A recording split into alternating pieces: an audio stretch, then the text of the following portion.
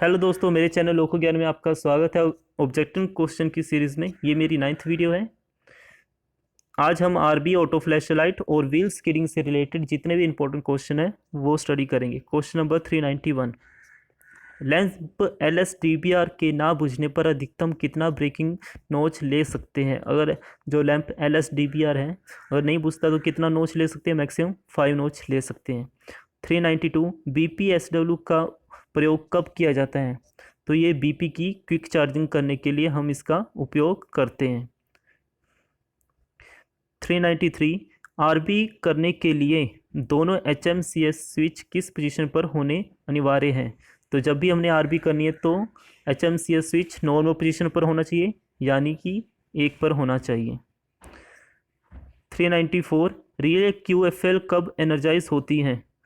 तो जब हम SW स्विच को दबाते हैं तो QFL एनर्जाइज हो जाती है, ऑटो फ्लैश लाइट बंद हो जाती है और जो बजर है वो भी बंद हो जाता है। IP वाल्व की नॉर्मल पोजीशन क्या है? तो ये नॉर्मली क्या हो जाता है? एनर्जाइज रहता है। PR1 का टाइम लैग कितना है? तो ये 60 सेकंड की टाइम लैग रिले है। 397, QFL एनर्जाइज होने पर क्या होगा? जब SW स्विच को हम दबाते हैं तो QFL एनर्जाइज होगी, ऑटो फ्लैश लाइट और बजर बंद हो जाएगा। क्वेश्चन नंबर 398,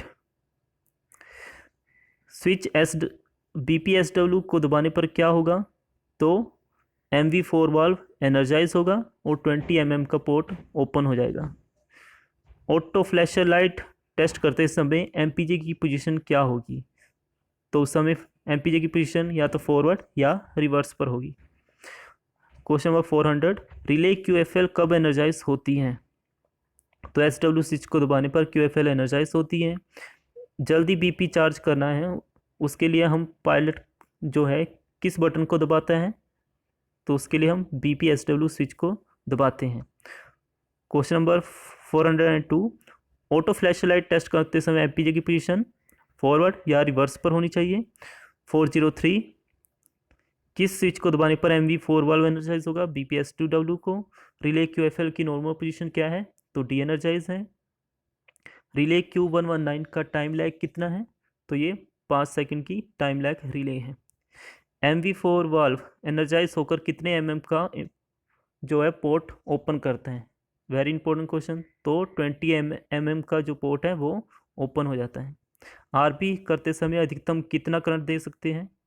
तो ये डिफरेंट लोकों में डिफरेंट होता है, ठीक है। 600 एम्पियर भी हो सकता है या लोकों में जितना लोक लिखा होगा वहाँ पर, तो उसके अनुसार आप दे सकते हैं। क्वेश्चन नंबर 408, SW को दबाने पर कौन सी रिले एनर्जाइज होगी? तो QFL एनर्जाइज हो जाती है। नेक्स्ट क्वेश्चन, CCPT के मेल्ट होने पर, क्वेश्चन है कि CCPT के मेल्ट होने पर पायलट लैंप, कौन सा पायलट लैंप नहीं जलता है?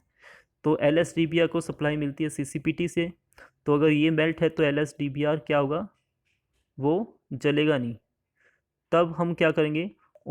जो ऑटो फ्लैश लाइट है उसको बंद करने के लिए हम SW को दबा देते हैं और अगर सफलता नहीं मिलने पर QFL को एनर्जाइज हालत में वेज कर देंगे। नेक्स्ट क्वेश्चन है, अगर सारे ट्रैक्शन मोटर काम कर रहे हैं तभी हम RB कर सकते हैं, अदरवाइज नहीं कर सकते। अगर किसी भी ट्रैक्शन मोटर को आइसोलेट किया है तब हम RB को नहीं करेंगे। अब P1 प्रेशर स्विच एक होता है, इसका क्या काम है कि अगर हम A9 से ब्रेकिंग कर रहे हैं तब अगर हम चाहते हैं कि ऑटो फ्लैश लाइट ना चले तो उसके लिए P1 प्रेशर स्विच लगा होता है। और P2 प्रेशर स्विच कहाँ लगा होता है? ये BP पाइपलाइन के साथ लगा होता है। जब ट्रेन पार्टिंग वगैरह हो जाती है तब ऑटो फ्लैश लाइट अपने आप जल जाती हैं। नेक्स्ट क्वेश्चन है, रिले QFL कब एनर्जाइज होती है? तो SW को दबाने पर QFL एनर्जाइज होती है। 410, MV4 वाल्व कब एनर्जाइज होता है? तो BPSW को दबाने पर होता है। 411, RB करते समय कानपुर के लोकों में अधिकतम कितना करंट दे सकते हैं? तो मैक्सिमम 800 एम्पियर करंट हम दे सकते हैं। इसके अलावा या लोकों में जितना लिखा होगा उतना दे सकते हैं, लोकों में लिखे अनुसार। नेक्स्ट क्वेश्चन है, विद्युत ब्रेकिंग के समय जब हम RB कर रहे हैं तो उस समय CTF 123 की पोजीशन क्या होगी, तो ये ब्रेकिंग साइड होंगे, मतलब कि नीचे की तरफ होंगे। नेक्स्ट क्वेश्चन है 413, आरबी करते समय लाइन कॉन्टैक्टर की पोजीशन क्या होती है, तो ओपन होते हैं। 414, आरबी करते समय अधिकतम कितना करंट दे सकते हैं, 600 एम्पियर या लोको में लिखे अनुसार। 415, लैंप LSC 145 कब जलता है, जब हम आरबी करते हैं तब जलता है। 416, QE या QF1 या 2 का अगर टारगेट गिर जाता है तो डीजे खुलेगा कि नहीं होगा, तो डीजे नहीं खुलेगा और डीजे ओपन नहीं होता है। आरबी करते समय अगर नो टेंशन हो जाए तब क्या होगा, तो डीजे ट्रिप होकर IP वाल्व को डी एनर्जाइज हो जाएगा और जो BP प्रेशर है वो E3 वाल्व के द्वारा एग्जॉस्ट हो जाएगा। क्वेश्चन नंबर 419, HMCS 2 पोजीशन अगर 3 पर है तो आरबी करेंगे कि नहीं करेंगे। अगर पोजीशन HMCS को 3 पर किया हुआ है तो ट्रैक्शन मोटर नंबर 5 क्या है, आइसोलेट है, तब तो ट्रैक्शन मोटर के आइसोलेट होने पर हम आरबी को नहीं करते हैं। 420, रिले Q50 वेज है तो आरबी करेंगे कि नहीं करेंगे, नहीं करेंगे। QF1 या 2 का टारगेट गिरने पर रीसेट करेंगे कि नहीं करेंगे, तो नहीं करेंगे। MP को पोजीशन P पर करने पर कौन सा कॉन्टैक्टर बंद होते हैं, जैसे हम MP को P पर करते हैं तो C145 का जो कॉन्टैक्टर वो क्या हो जाता है, बंद कर जाता है। 423, कानपुर के लोको में आरबी करते समय करंट की सीमा लोको में लिखे अनुसार होनी चाहिए। नेक्स्ट, ट्रैक्शन में गाड़ी चलाते समय CCPT मेल्ट होने पर BP प्रेशर ड्रॉप होगा या नहीं, तो BP ड्रॉप नहीं होगा। नेक्स्ट क्वेश्चन 425, यदि ऑटो फ्लैश लाइट नहीं जले तो किस फ्यूज़ की जांच करनी चाहिए, तो ऑटो फ्लैश लाइट को जो सप्लाई मिल रही है वो CCLSA से मिल रही है, तो इसकी जांच करनी चाहिए। 426, अगर CCBT मेल्ट होने पर ऑटो फ्लैश लाइट काम करेगी कि नहीं करेगी, तो नहीं करेगी।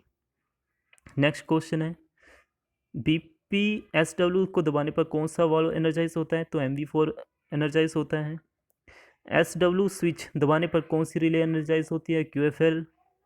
MV4 वाल्व कब एनर्जाइज होता है, BPSW को दबाने पर।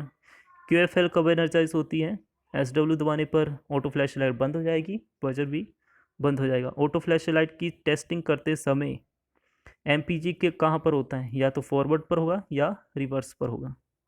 नेक्स्ट क्वेश्चन, यदि ऑटो फ्लैश लाइट माल फंक्शनिंग कर रही है तो आप क्या करेंगे, तब हम QFL को एनर्जाइज हालत में वेज कर देंगे।